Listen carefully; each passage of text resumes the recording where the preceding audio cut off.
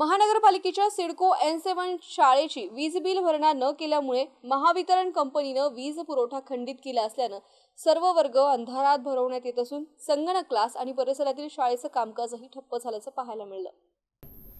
महानगरपालिकेच्या सिडको N7 शाळेचे February 2025 पासून वीज बिल थकीत असल्यामुळे महावितरण कंपनीने शाळेतील वीज पुरवठा गेल्या शुक्रवारी खंडित केला आहे। याविषयी शाळेच्या वतीने वीज कंपनी आणि शिक्षण विभाग यांच्याकडे पत्र पाठवून विचारणा केली असता महानगरपालिका शिक्षण विभागाकडून नियमित बिल भरणा करत असल्याचं उत्तर देण्यात आलंय। तर वीज कंपनीने फेब्रुवारी महिन्यापासून वीज बिल थकीत असल्याचं सांगितलं आहे।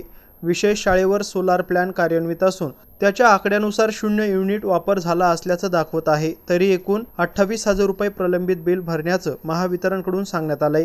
गेल्या 7 दिवसापासून शाळेतील वीज पुरवठा खंडित असल्याने वर्गात अंधार होत असल्याचं दिसून येतंय। शाळेत लाईट बंद असल्याने नियमित संगणक क्लास सुद्धा होत नाही, त्यामुळे शालेय विद्यार्थ्यांचं मोठं नुकसान होतंय। महानगरपालिका शिक्षण विभागाच्या गलथान कारभारामुळे शाळा अंधारात असल्याने पालक वर्गात संतापाची भावना निर्माण झाली आहे।